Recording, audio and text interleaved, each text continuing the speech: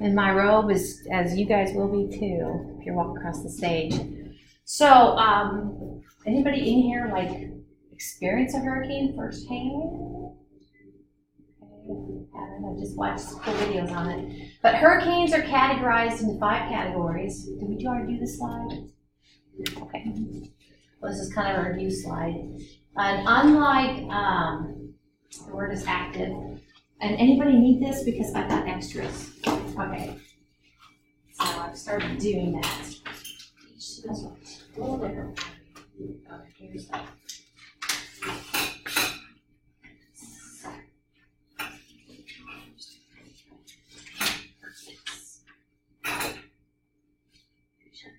No, that's not. That's the review. That's just a, yeah, you got it. Okay. Anybody else? Okay. So yeah, the hurricanes are last a long time, and basically people are like, ooh, oh, you know, will it upgrade? Will it downgrade as it travels across the ocean basin that it's simmering over? So we get information about a hurricane while it's active. Category 1 is the least intense, and Category 5 is the most intense. It's funny when we talk about tornadoes, and I ran across it when I was making a review video for your test.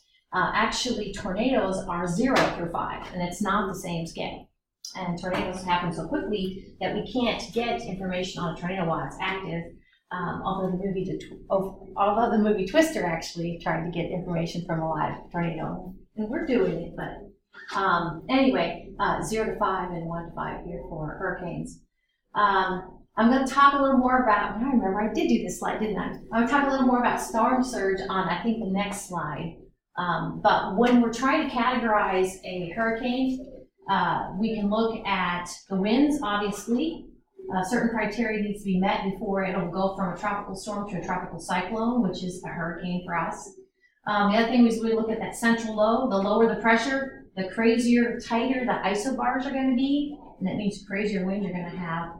Storm surge is just this wall of water that's associated with the eye when it reaches the shore. And then the other one is kind of what damage is causing it. So estimated wind speeds go well with storm surge and pressure. So yeah, I know I talked about this. So there's been 3 Category 5, only 3 Category 5, and 16 Category 4 hurricanes, as this statistic was 13 years ago. It's like 2005. This year for hurricane season, I posted this outside my door because I was curious getting ready for this lecture, is this coming hurricane season is predicted to be a little more active because we are in what's called, we're in a La Nina phase. And I think I talked about La Nina, El Nino before, didn't I? These are an assortment of hurricanes. So each color is a different hurricane. We have Hurricane Charlie, Francis, Ivan, and Janine. This was all for the year 2004. It's a busy season. One of the things about it is, I'm going to put the letter H here. That stands for a surface high. And we know one of the things about those 3 cells in the northern and southern hemisphere is that where the air descends there, associated with the Hadley cell and the Farrell cell, you're going to have these kind of semi-permanent highs. And around a semi-permanent high in the northern hemisphere, you're looking clockwise. So can you actually see these guys? This provides what we call recurving, and that did make your review sheet. So there's a semi-permanent high there in, what would this be, the Atlantic Ocean? But kind of a band across there. There's these semi-permanent highs, so winds are going clockwise in the northern hemisphere. So this sort of recurving is created by that high. When you look at these charts, actually, and these are historical hurricanes, this was just 2004, when it goes a ... that means actually it was downgraded from a hurricane to a tropical storm. So most people kind of buy this. The reason it is downgraded is because it now is no longer over the ocean. It's no longer being fed. You need to see more. So anyway, and this ... here is actually where it's a storm, tropical storm, but not a tropical cyclone. Remember, tropical cyclone and hurricane are the same thing for us. So what's going to get you? Well, there are 4 things here that can get you. One is the wind, the crazy wind that's associated with those tight isobars. Remember, the lower the pressure associated with the eye, the more intense the winds. And this actually reminds me of something there was many things sad associated with Hurricane Katrina that came through. And one of them was the aftermath of filing the insurance. And it was like, well, you are insured for winds, but you're not insured for tornadoes, maybe. I don't know, just throwing out there. Or you're not insured for flooding. So if it was flooding that damaged your home, you're out of luck. Even though it's like, I don't know, it was frustrating. And actually related to insurance, I know, is it one major insurance company no longer will insure people now that are on the coastline. So winds will get you, heavy rains will get you. When we talked about the anatomy of a hurricane, we kind of had these whitish sort of things that you've seen, satellite images. Those are just spiral rain bands, okay, just crazy amounts of precipitation. And by the way, heavy rain is where most of the fatalities happen. Tornadoes, definitely have tornadoes embedded in those spiral rain bands, because the spiral rain bands, and we'll talk more about thunderstorm cells coming up, but thunderstorm cells can spawn tornadoes and hail and lightning and all that. Storm surge, so these kind of talk you through what storm surge is. So I liken storm surge, if you've ever been in a pool and the water is, about up to your shoulders, and you put out your arms and you kind of go like this. So you're kind of like those, the wind associated with a tornado. So let's see, let's go counterclockwise. But anyway, okay, in front of your arm where you're moving, actually there's a wall of water, and that's the wall of water that creates the storm surge. So the wind is most intense near the eye wall. So, and that was right the first time. This is counterclockwise. Okay, good. Okay, so the deal is we have the reason that you kind of see the red arrow up and the red arrow down is showing you the rotation of these spiral rain bands. And where those spiral rain bands or those winds hit the ocean, actually, it's creating a wall. So the little thing here says actually on the right side is where in the northern hemisphere, these guys, when it hits landfall, if it went straight, this guy here, this region right here would be under most storm surge. So storm surge is a crazy sort of phenomenon. This is showing you storm surge. So if the normal high tide is here, a 17-foot, that little one mark is feet, 17-foot storm surge, okay, could play havoc, especially on your people that have built on the coast. So, not a good thing. This is actually kind of showing you what storm surge can do. Now, granted, this place got hit by I don't know how close it was to the eye wall, which is the most intense winds of the hurricane, but storm surge, you can kind of see the water went up and creamed these houses. So we talked about surface maps, and these lines that are drawn are connecting locations with the same pressure. So these are isobars. Remember, the tighter the isobars, the stronger the wind. So this is showing you actually Hurricane Fran as it moves in. This is Thursday, and then the next day, Friday. Remember I said it kind of weakens? So you can kind of see the isobars getting a little bit further apart. So Fran is decaying from a tropical cyclone to probably a tropical storm. So one of the things that we can do to understand the possibility for a hurricane, there were 3 ingredients for a hurricane? One of them was warm water. So they have these buoys out there, buoys out there that can go ahead and feed us what the sea surface temperatures are. The sea surface temperatures is SST. So in the movie The Day After Tomorrow, actually, there was a scientist in Greenland that was monitoring the sea surface temperatures. So other ways we can monitor a hurricane while it's happening is to have these airplanes. And these airplanes, it's like the opposite of a weather balloon. Weather balloons go up. And these actually are called drop wind sounds, and I don't think they're reusable. Weather balloons actually, they eventually pop, and the little major gizmo has a cute little parachute, and it's on my list to find one of these. I don't know, they don't hit people on the head or something? I'm just saying, I need to Google that. But these actually drop into the storm with a measuring device to give information about pressure and wind speed. This is a person at actually the National Hurricane Center I believe it's in Florida, I think. So, you know, the National Weather Service for us will tell us if there's a tornado watch, tornado warning. National Weather Service for us will tell us if we have a blizzard warning, that sort of thing. But the National Hurricane Center will go ahead and put out advisories or warnings related to hurricanes. And we don't have enough time to kind of talk about weather forecasting, but weather forecasting uses computer models. Like, what's the weather going to be tomorrow? Well, they use a computer model. There's different models that meteorologists can pull out of their closet. It's kind of fun. But also, meteorologists can use computer modeling to anticipate where the storm's going to go. One of my favorite things is, I was thinking of cone of silence, but it's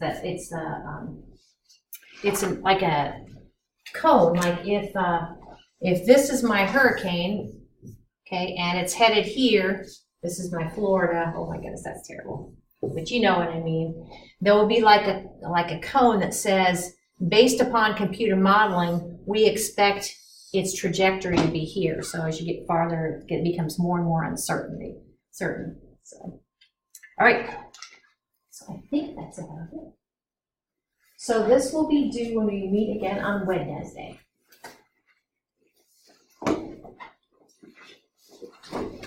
And on to part 7.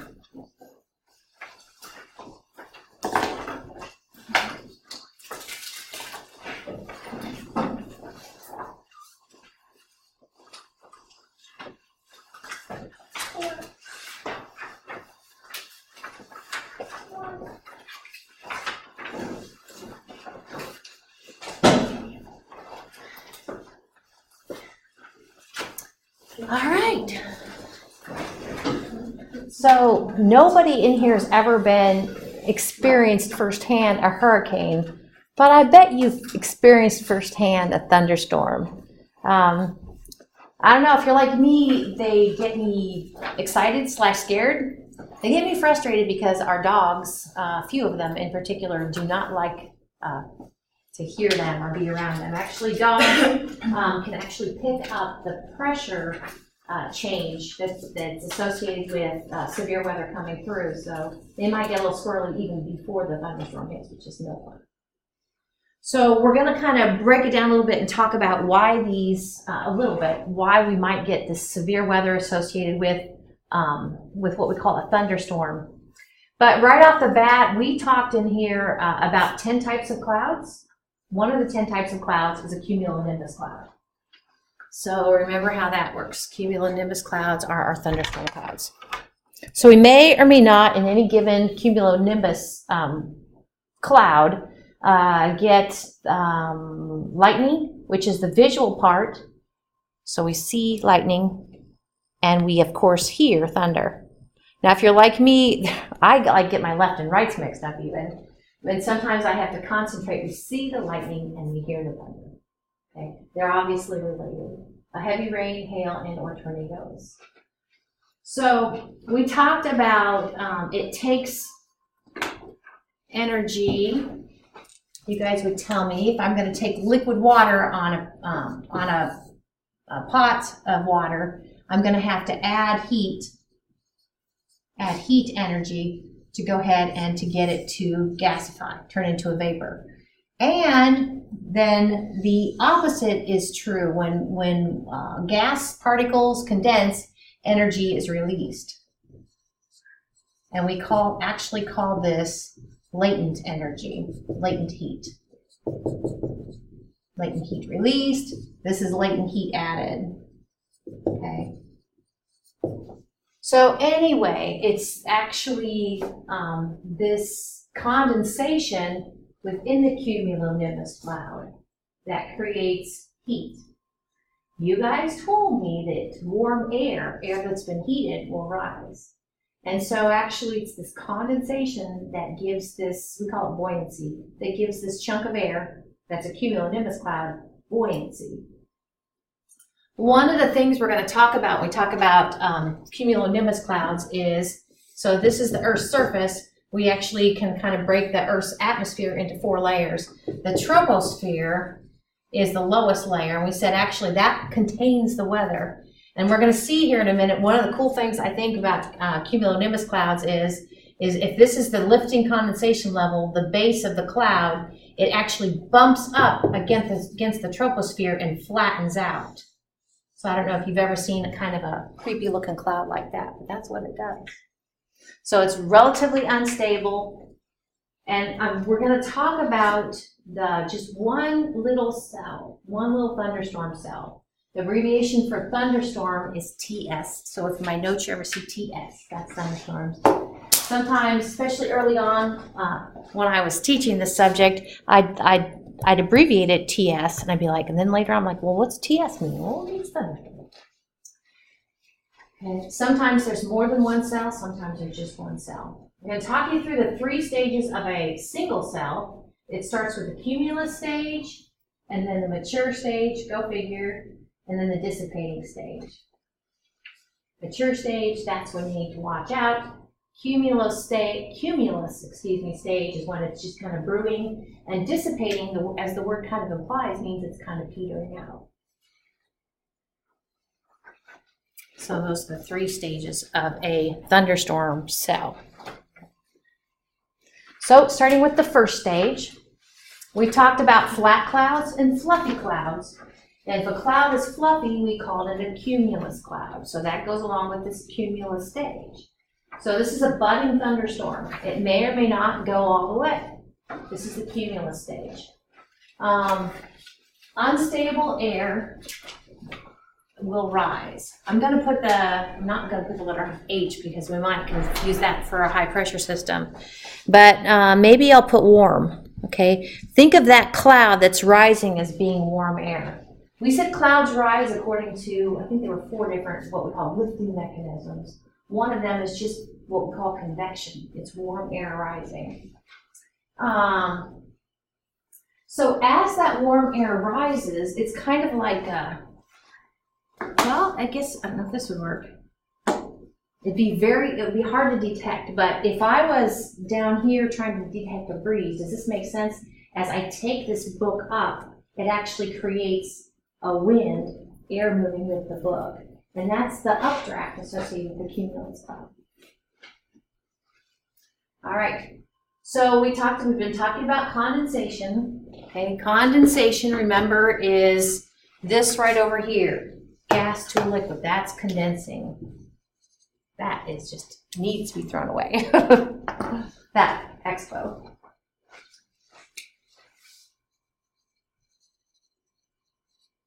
Okay.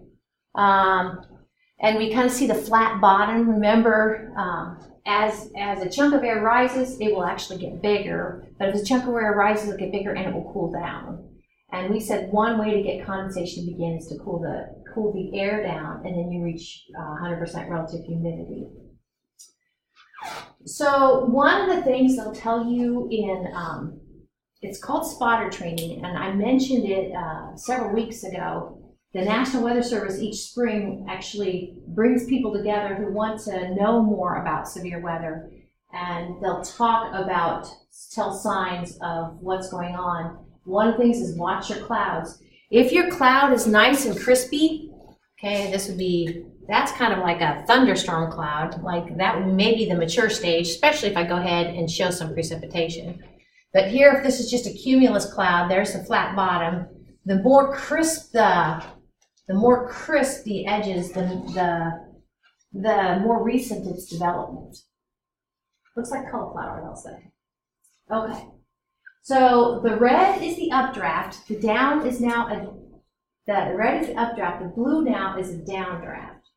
This is actually a mature stage. So with the mature stage, you can have your intense precipitation, lightning, thunder, and you're going to get a downdraft associated with your precipitation. So if lifting my cloud up like this, rising cloud created an updraft, also then rain actually creates a downdraft within the cloud. On this figure, you're going to see this again.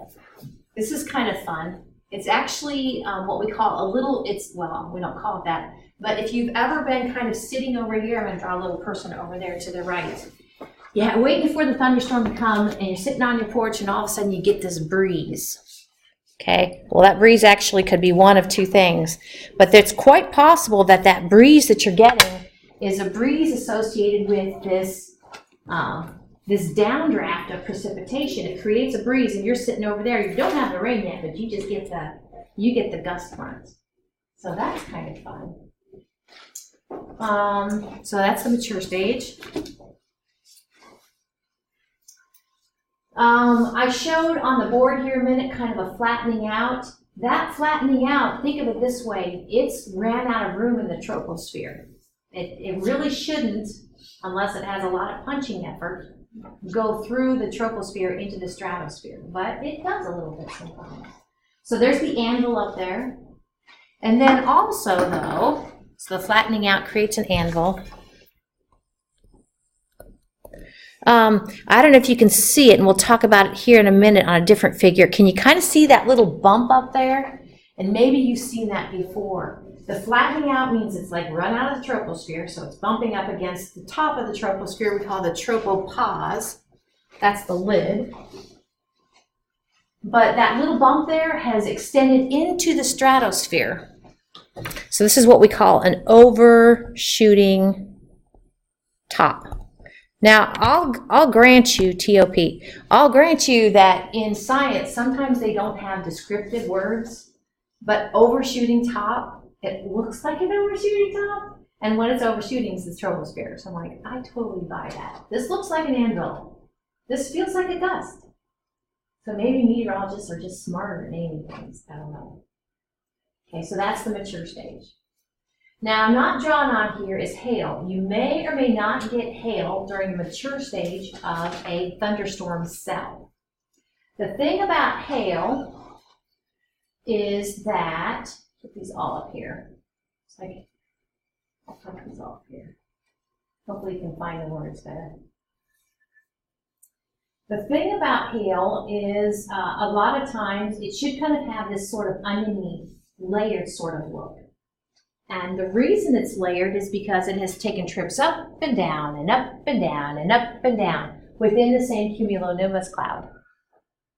There's all sorts of cool things about clouds, or excuse me, hail. All sorts of cool things about hail. You see the word grapple up here, which we haven't talked about yet, I don't think. The other day, in Burlington anyway, and I wonder if you guys had it here in this area, the other day we had weird looking snow. And my husband's like, what do you think? I'm like, I think it's gravel. It's basically kind of undeveloped ice crystals. So, and it is a precursor to potential ice crystals. So anyway, what grapple will do is a little ice crystal will fall down. Super cooled water is awesome. Oh my gosh, let me just say a minute about super cooled water. So if you've ever gone out to your car before and let's say it's 20 degrees Fahrenheit and you're like, okay, I need a bottle of water, because sometimes I keep a bottle of water in my car. And you grab one and it's liquid, you're like, 20 degrees Fahrenheit, it shouldn't be a liquid, it should be solid. But you open it anyway and then it solidifies before your very eyes. Is that not happening to you? That's super cold water. Okay, there's YouTube videos of it. It's not just me. I promise. But if it ever happens, you're like, I think that was super cool water. One of these things, well, here's the deal for you. Like when they, for airplanes, they de-ice the airplanes. And this isn't the only reason they de-ice the airplanes, but as they are flying through clouds, actually there is super cooled liquid water there. And how do you get super cooled liquid water to solidify? You disturb it. What other sort of disturbance can you have in a plane flying through it? So that super cooled liquid water will freeze on top of it. And that's like you or me opening up our Anyway, super cool water. So it goes up and down. You can kind of see it each time it goes up. Okay, it's starting to add to it. Well, I guess when it's come down, it's starting to add to it. The reason it would go up and down has to do with it comes down because it's massive. It goes up because it catches an updraft that's even stronger than the updraft before. So anyway, hailstones. Not to be confused with sleet. I don't mean to throw something else at you, but a few lecture periods ago, we talked about sleet. This has nothing to do with sleet. Okay. Oh, so the size which a hailstone can grow depends upon the strength of the updraft. And think of that updraft. Think of that. Why would my book want to rise? Well, it's being pulled up because actually it's warmer than its surroundings. And why might it be warm? Well, we have condensation going on inside the cloud. So it kind of all feeds on itself. Well, then we get to the dissipating stage. There's only 3 stages. We have cumulus, mature, and dissipating. Dissipating, only a downdraft. And actually, the fact that there's no updraft means that there's no more source of water vapor being added. Downdraft completely dominates the updraft. Without the updraft, there's no moisture source.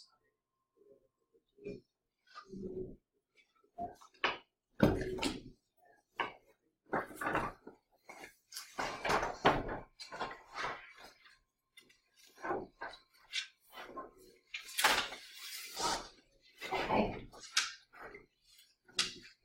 All right. So thunderstorms are TS. There are just normal thunderstorms. But now not all thunderstorms are severe. If we get an alert by the National Weather Service now the alerts, as you know, there's a watch and a warning. So we get 2 types of alerts. Watch is a watch from the National Weather Service means look out. It just means look out. I go, okay, I can handle this. A warning means actually something is in progress and you better take cover. So those are 2 different. They both start with W, but they are very different. I'm going to talk. I'm going to click on this hot one to see if it takes us out to a video or not. So severe thunderstorms. In order for us to get a warning, I remember this. There's 3 criteria that the National Weather Service look at. There's a minimum wind speed and or a certain size, not just any hail. It has to be a certain size of hail. And the other one that will prompt them to tell us that there's severe thunderstorm warning is that it's been known to spawn tornadoes. Like a really, well, no kidding, right? Okay, so one of those 3 criteria will go ahead and make them give us an alert. And honestly, they have to be careful because they don't want to be overreactive, right? Or we're never going to listen to them. But they can't be underreactive, so it is a fine line. I mentioned gust front, so you actually, in this figure, and on your test you're going to see a figure. I'm not sure which one it will be. It might be one that you haven't seen before, but for severe weather, I want you to be able to kind of identify some of these things. So I'm going to write the word anvil here. Of course, here now it says overshooting top. The cool thing about the anvil is that it shows the direction of the motion. So, of course, downdraft are the down arrows, updraft are the up arrows.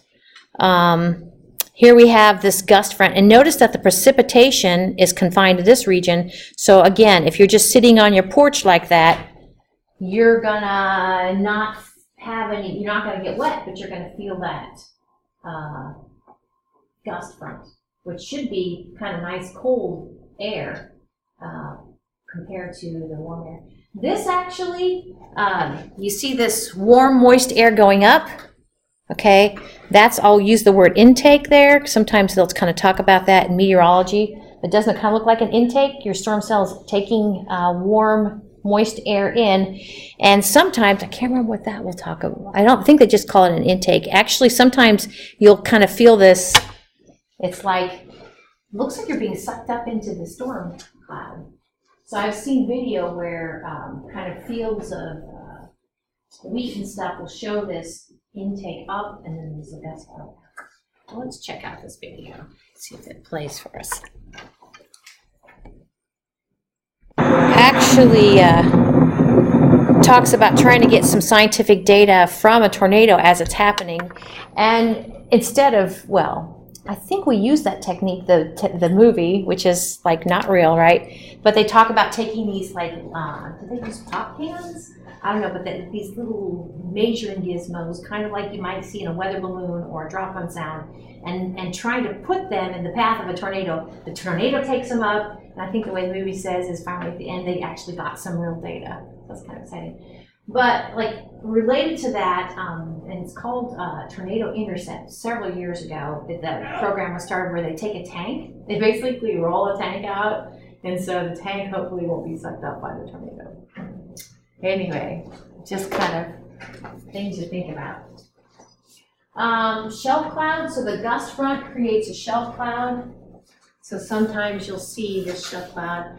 One of the types of weather system with multiple cells actually is called a squall line of thunderstorm cells. And sometimes, to me, what I've seen, maybe it's been videos or in real life, you see you see thunderstorm cell, thunderstorm cell, thunderstorm cell, thunderstorm cells all lined up, and actually what's pushing that squall line is a cold front, and you can kind of see a shelf cloud out in front.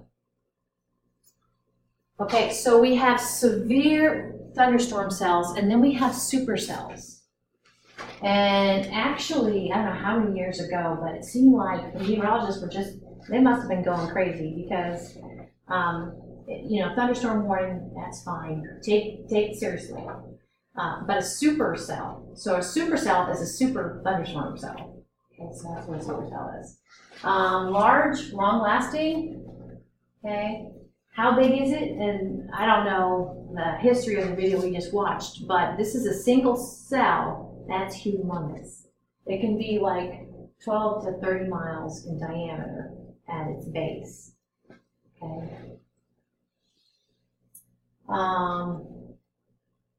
This is seeing actually, I don't know if you see 1, 2, 3. This is a triplet here. So you might be like, well, what takes a normal thunderstorm cell and makes it a super thunderstorm cell? I say super like it's a good thing. No, it's kind of a scary thing. And it has to do with the ingredients that make a normal thunderstorm cell. So like, is there a lot of moist air? And is there a degree of instability? And then the other thing, I think I said a few slides ago, I said tilted. Okay, if you can go ahead and get a little bit of tilt to your thunderstorm, it can actually last longer and become more mature. So I go 1, 2, 3. So that's a satellite image of the tops, of overshooting tops of 3 supercells.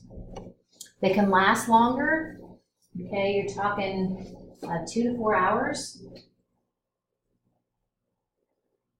Center of the cell rotates. I have a lot of words out for this fourth bullet here. The center of the cell rotates, so that makes the updraft and the downdraft wrap around each other. And that makes the cell become intensified, or the cell intensifies. And actually, these are terms that you might hear if there's a severe weather unfolding. Your meteorologist kind of mentioned is that we have the updraft and the downdraft wrapping around each other, and they can pick that up on radar. I think that's right.